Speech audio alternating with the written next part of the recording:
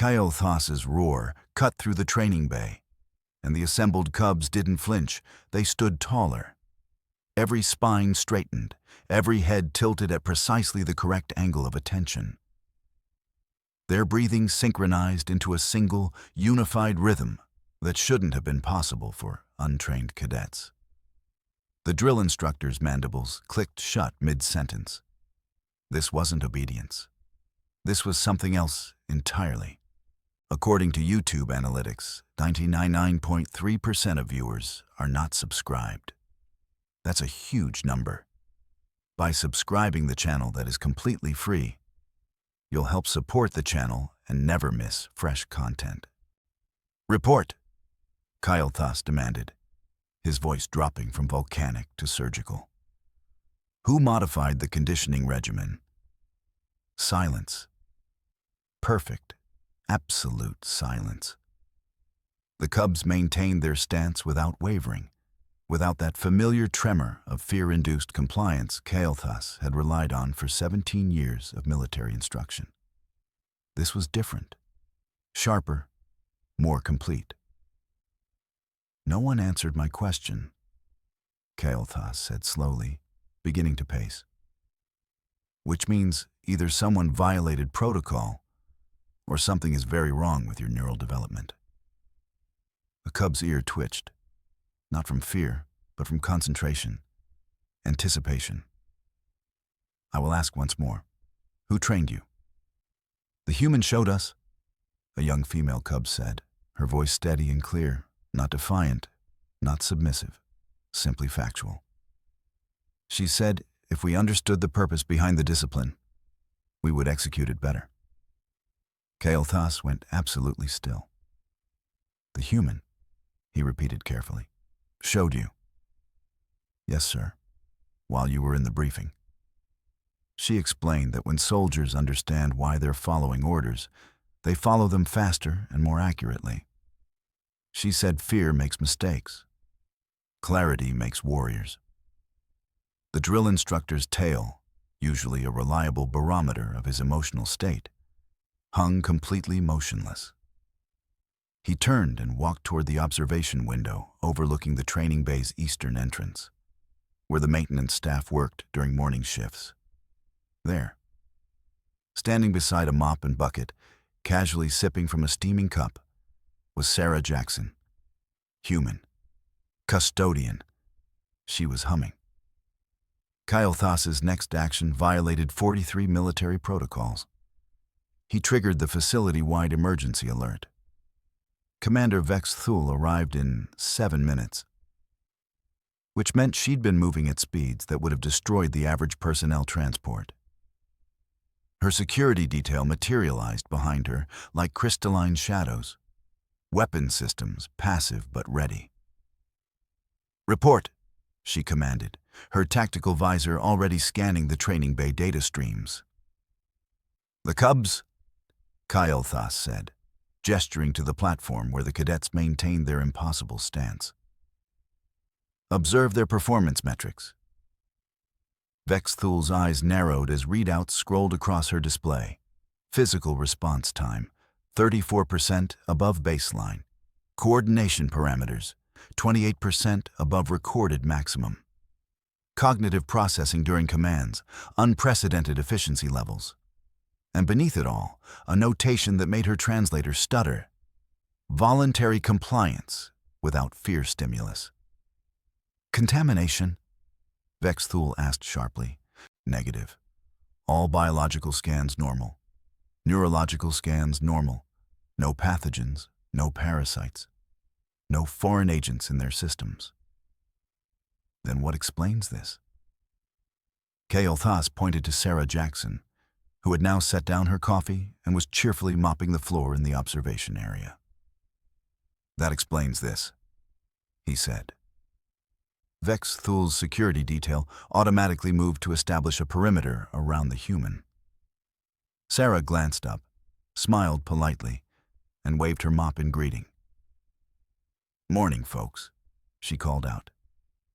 Great turnout for the training session. Those cubs are naturals. Really picked up everything I mentioned super fast. Vexthul's mandibles opened and closed 3 times before she managed words. You, human, explain your presence in this restricted military facility. Sarah leaned on her mop. I work here? Been custodial staff for 3 months. You people have a lot of dust in these corners, by the way. Might want to check your ventilation system. I am aware of your employment status, Vexthul said with the careful precision of someone speaking to a potential bioweapon. I am requesting clarification regarding your interaction with military trainees. Oh, that. Sarah's expression brightened. Yeah, I was just mopping near the training bay this morning, and I heard you guys screaming at those cubs like they'd personally insulted your lineage. So I mentioned, just casually, you know, that in human military training, we found that soldiers perform better when they understand the why behind orders, instead of just following because they're terrified. Figured it couldn't hurt to mention it. The training bay fell into a silence so complete that the mop water dripping from Sarah's bucket sounded like distant gunfire. You suggested, Vexthul said slowly, a modification to Kael'rik's military doctrine, based on your personal experience while mopping. Well, yeah, it's just basic coaching stuff. Fear makes people choke under pressure.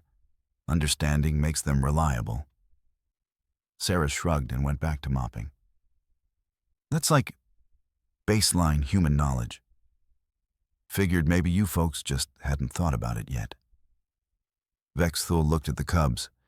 They maintained their stance. Serene. Powerful. Completely alien in their apparent contentment with discipline. Then she looked at the performance metrics still scrolling across her tactical display. Kael'thas, she said quietly, seal this training bay. Nothing leaves until I've consulted with Strategic Command. And the human? The drill instructor asked carefully. Vexthul watched Sarah humming and mopping, completely unaware that she'd just introduced a contradiction that would either revolutionize or shatter everything the Kael'rik's military believed about themselves. The human, Vexthul decided, continues her custodial duties. She needed to make a call. Retry Claude can make mistakes. Please double-check responses. The testing began at 600 hours with Sarah still mopping. We need baseline data, Dr. Sinara announced, her neural analysis equipment humming with barely contained urgency. Remove the human from the observation area. We'll establish control metrics first. Sarah set down her mop without protest. Sure thing. I'll just grab my stuff from the break room. The moment she disappeared down the corridor, the cub's performance collapsed. Not gradually. Not in stages. It crashed like a star going supernova. Sudden, complete, total. Within 90 seconds of Sarah's departure, physical response times dropped 34 points. Coordination parameters scattered across their baseline ranges. The cubs themselves seemed to deflate, their posture returning to the familiar slouch of fear-based compliance. Dr. Sinara's instruments went absolutely haywire. This is impossible, she whispered, staring at her readouts. There's no biological mechanism for this. No pheromone signature. No electromagnetic field. No quantum entanglement. Nothing that explains the correlation. Bring the human back, Vexthul commanded. Sarah returned with a fresh cup of coffee. The cubs straightened again, instantly, completely. The performance metrics rocketed back to their impossible highs, like someone had flipped a switch between 2 realities. She's not even doing anything, one of Vexthul's tactical officers protested. She's just standing there, drinking coffee. I know, Vexthul said quietly. Bioscan her, Dr. Sinara demanded. Full spectrum. I want to know every atom in her body. The portable scanners swept across Sarah, who barely seemed to notice, chatting with one of the junior cubs about the weather back on Earth. And that's why we have seasons, Sarah was explaining. Your planet's rotation is more stable, so you don't get that variation. Must be boring as hell for weather discussion. The cub tilted its head, processing this completely irrelevant information with the focused attention of someone hanging on every word. Dr. Sinara's scanner chirped urgently. Results? Vexathul demanded. Normal human physiology. Baseline mammalian biology. No anomalies, no exotic radiation, no technological enhancement. She's just human. Just human. Vexathul repeated flatly. A human custodian is producing a 34% improvement in military performance through her mere presence and casual conversation about weather. Sir, another officer ventured carefully, perhaps we should ask her what she's doing differently than our standard protocols. Vexathul turned to Sarah. Human Jackson, what training methodology are you employing? Sarah blinked, coffee cup halfway to her mouth. I'm not employing anything. I'm mopping and talking. That's it. The cubs perform at unprecedented levels when you are present. Vexathul said slowly.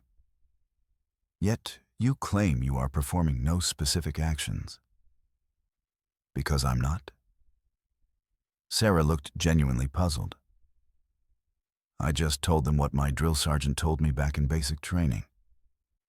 When you're scared all the time, your brain gets stuck in fight or flight mode. You can't think clearly when you're terrified. You panic. You make mistakes. So good officers explain what they want, explain why it matters, and then trust their people to execute because they understand the mission, not because they're afraid of getting punished. Silence. That's all? Dr. Sinara asked, her voice strained. That's all? Sarah laughed. That's like the foundation of human military training, respect-based leadership. You give people dignity, clear expectations, and accountability, and they'll move mountains for you. They'll perform better, think faster, stay sharper. She shrugged. Fear makes you stupid. Clarity makes you dangerous. One of the cubs raised its hand tentatively. Sarah nodded at it. Will you stay while we train? The cub asked. I mean, I've got to finish mopping, but yeah, I can work while you guys do your thing. Happy to be around? Vexathul's communicator activated before she'd even reached for it. Commander? Her superior's voice crackled through the secure channel. Strategic Command is receiving reports from the training facility. What is the status of the biological anomaly? There is no biological anomaly, sir. Vexathul reported carefully. The anomaly is methodological. Clarify. A human custodian has suggested an alternative to our standard dominance-based training protocol. The cub's performance has improved by unprecedented margins. Silence on the other end. Long enough that Vexathul could count her own heartbeats. You're telling me, her superior finally said, that our entire military doctrine might be suboptimal? I'm telling you, sir, that we don't know. Then find out, and Vexathul, whatever this human is doing, contain it. If this information reaches the civilian population before we understand the implications. The line went dead. Dr. Sinara was still staring at her scanners, watching Sarah casually explain tactical positioning to a group of cubs who were absorbing every word like they'd finally been given permission to actually think. I think, Dr. Sinara said quietly, we need to call the council. Sarah, completely oblivious, had already moved on to mopping the far corner of the training bay, humming something that sounded like earthfolk music. The council chamber fell silent when the first expert presented her findings.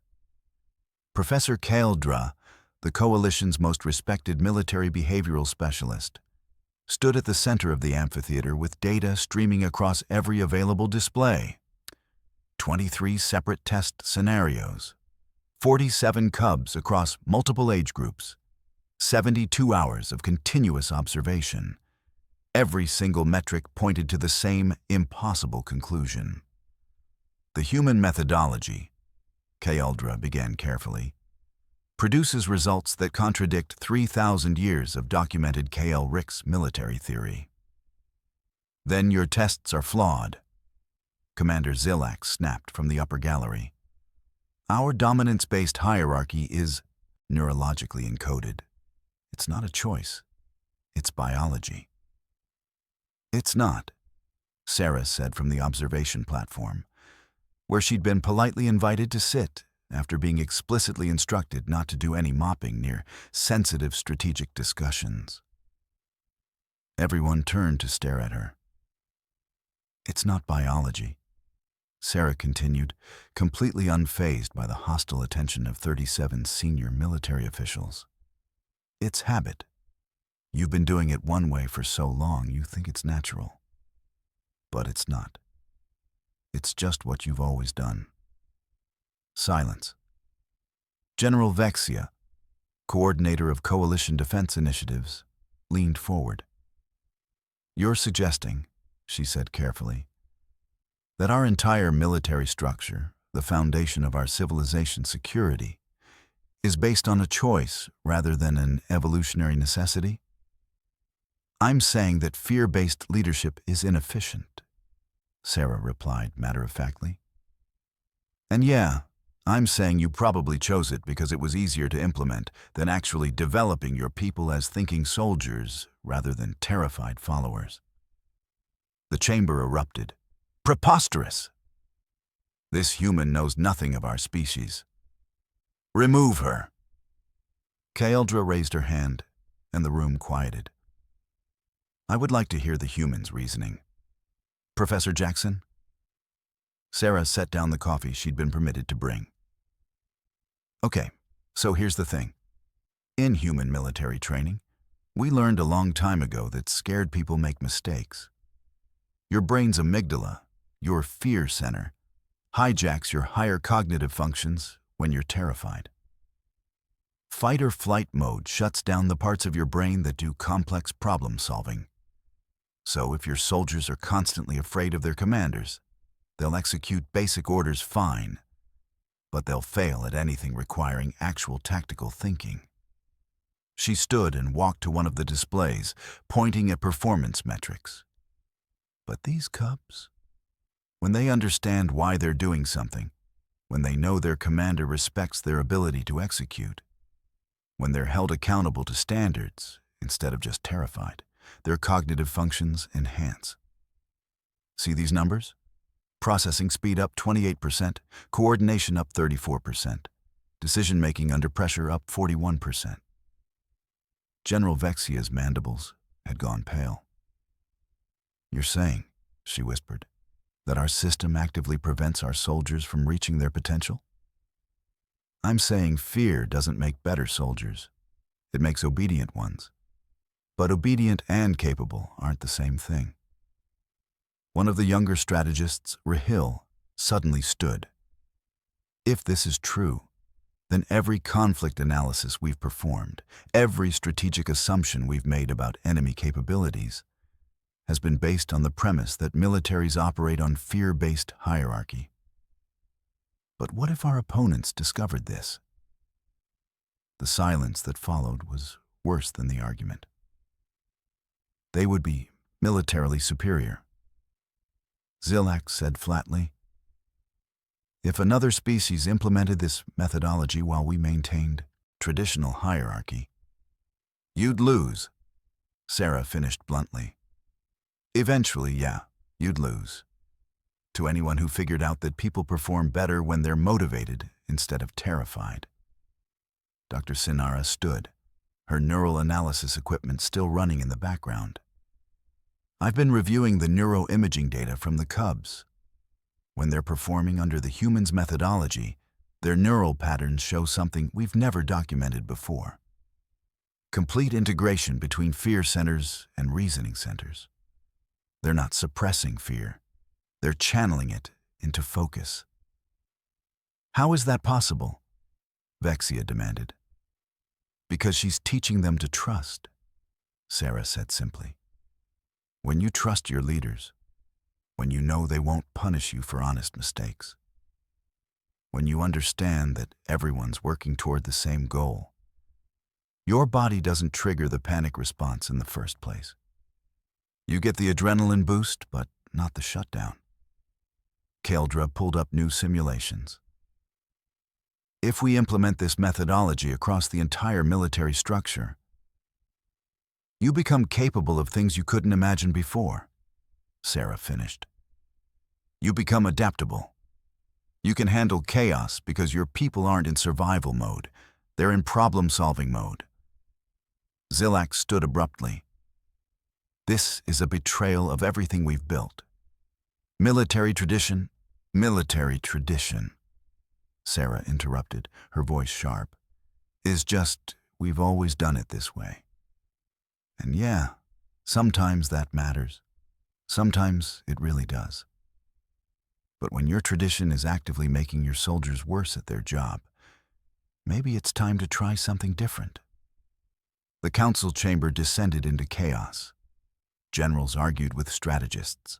Behavioral specialists debated with traditional authority figures.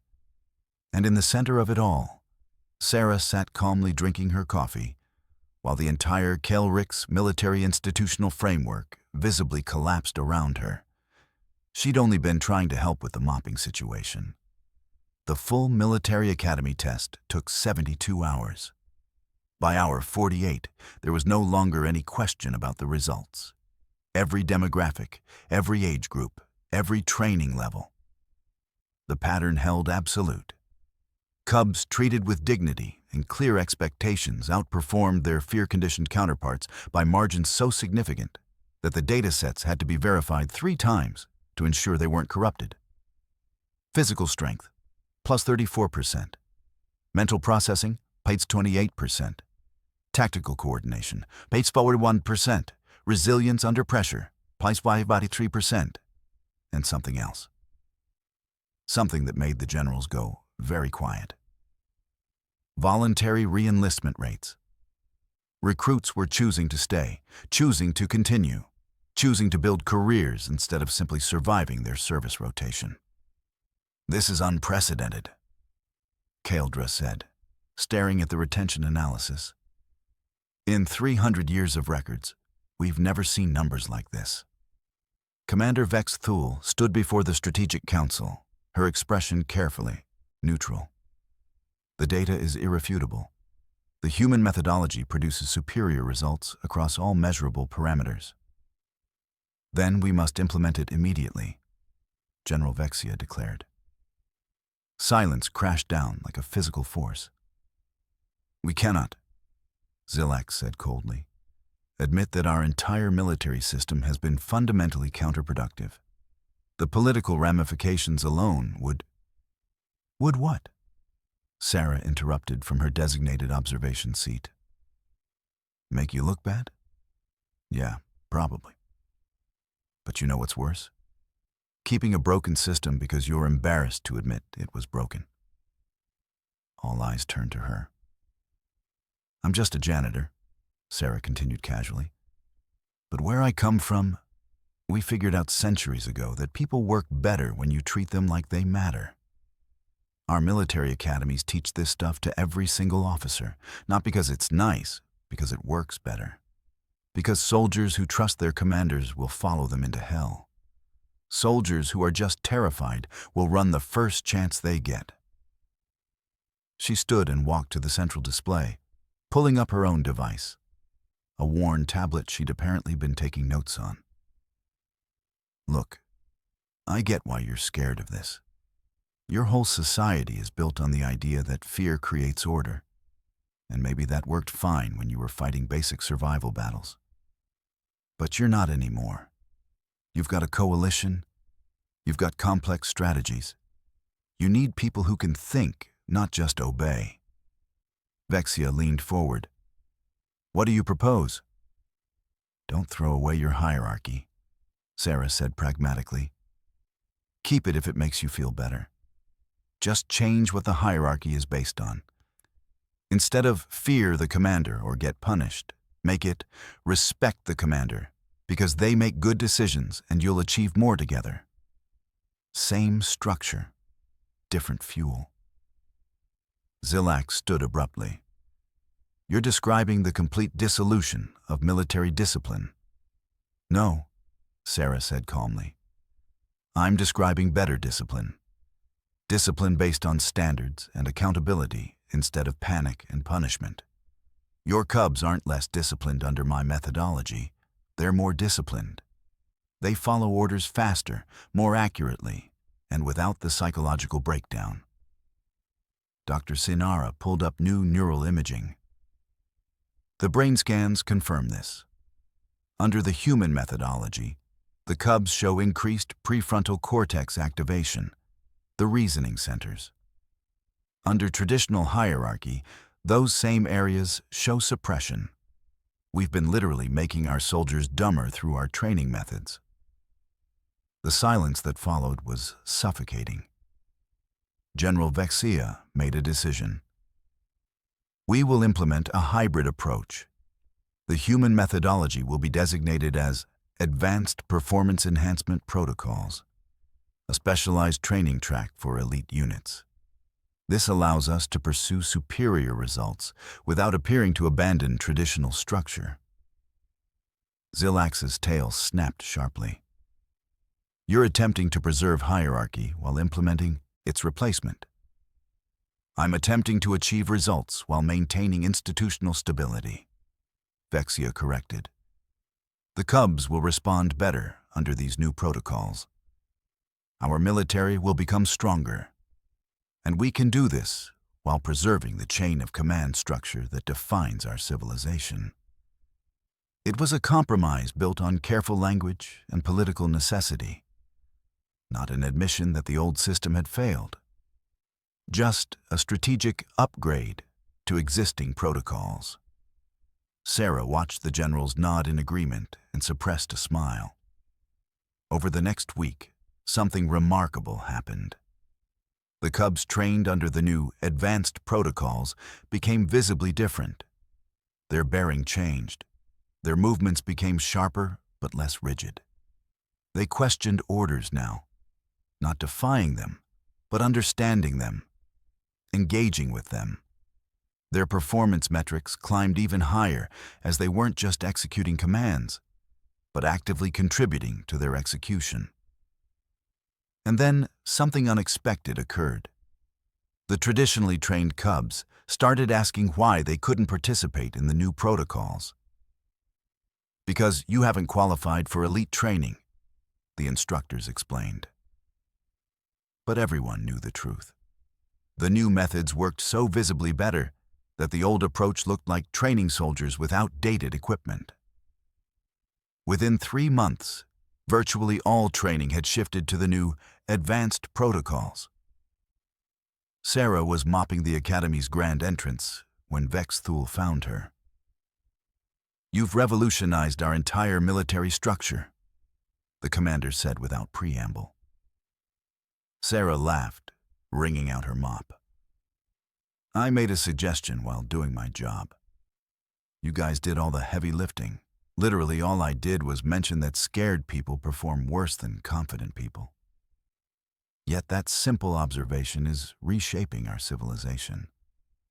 Maybe you just needed to hear it from someone outside your system, Sarah said. Sometimes you can't see what's broken when you've lived with it your whole life.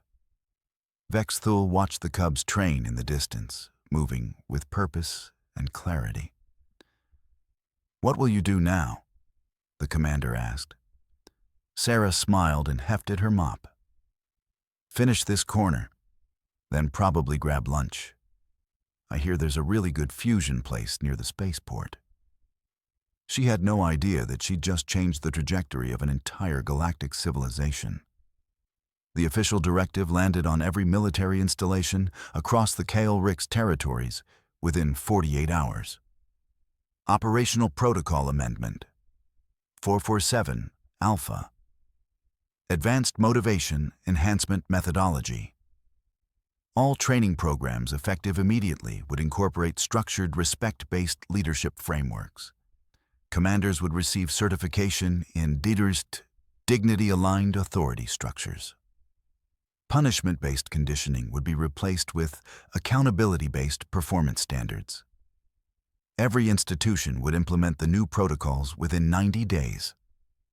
It was described with such technical precision that nobody had to admit they'd been systematically stunting their own species' potential for 3,000 years. Sarah was back to mopping by lunchtime. "Congratulations," she told one of the junior cubs she recognized, who was now wearing advanced training insignia. "You're going to do great things." The cub saluted with genuine respect instead of fear-based compliance. Sarah nodded and went back to her floors. The conversation at the Coalition High Council was considerably less peaceful. If the Calricks have discovered this methodology, General Jotaro of the Zelion Collective said carefully, then we must consider what else we might have been approaching incorrectly. Their military effectiveness just increased by 40%, Admiral Tilana countered. We need to implement similar protocols immediately or face strategic disadvantage. But that's not the real issue, Dr. Kaeldra interjected from her remote observation station. The real issue is that a single human custodian identified a fundamental flaw in our civilization's approach to leadership. How many other flaws have we simply accepted as the way things are? The silence that followed was contemplative and deeply uncomfortable. We need to understand human civilization, Vexia said quietly. Not as a military threat, as a potential model for what we might be doing wrong. Sarah was humming while buffing the Academy's main corridor when Commander Vex Thul found her again, this time accompanied by 3 representatives from the Coalition's diplomatic corps. Human Jackson, Vex Thul began formally. The Coalition would like to formally request your consultation on leadership development across multiple species military structures. Sarah set down her buffer and looked at them carefully. So, let me get this straight, she said slowly. You want to pay me to teach aliens how to be nice to each other? We want to compensate you for your expertise in human behavioral science, one of the diplomats corrected. Sarah laughed, a genuine, delighted sound that echoed through the corridor. That's literally what I just said. Okay, I'm interested. But I'm finishing this floor first. A job's a job. She went back to buffing while the diplomatic team waited patiently. By evening, Sarah had become the Coalition's first official cultural integration specialist, a position that essentially meant she got paid to explain basic human common sense to an interstellar civilization that had somehow missed it. The impact spread quietly, but inexorably. The Scialian military began implementing respect-based protocols. The Sinara academic system started questioning their dominance-based educational hierarchy. The Genera commercial sectors discovered that treating employees as thinking beings instead of production units increased efficiency by measurable percentages. Each species framed it slightly differently. Each maintained institutional language that preserved their cultural identity while fundamentally restructuring their approach to leadership. But beneath all the diplomatic language was a simple truth. Humans had figured something out that could reshape galactic civilization. 3 months later, Sarah was teaching a seminar to mixed-species military officers when someone asked the obvious question. Why did humans discover this before we did? An ambitious young Calricks commander asked. Sarah leaned back in her chair. Probably because we got tired of screwing up, she said matter-of-factly. Humans are really good at failing and then trying something different. We've overthrown governments, started wars, crashed economies, and then we learned lessons. Sometimes slowly, sometimes painfully, but we learn. And your species is comfortable with constant change? A Sonara strategist asked, clearly uncomfortable with the concept. We're comfortable with being wrong and fixing it, Sarah corrected. Which I guess is maybe the same thing. She pulled up her next presentation slide. A simple image of the Academy Cubs training with their new methodology, moving with purpose and dignity. You had the capability all along, she continued. You just needed someone from outside to point out that your paradigm wasn't a law of nature, it was a choice. And once you realized it was a choice, you could choose differently. That night, Sarah finished mopping the Academy's floors one last time before transitioning to her new role. She hummed her Earth folk songs while buffing the gleaming surfaces, completely unaware that she'd become the most strategically important human in the known galaxy. A janitor who'd casually mentioned how humans conducted training had just reshaped the institutional foundations of an entire coalition of species. Tomorrow, she'd teach admirals about respect-based command structures. Tonight, she just finished her job. Retry,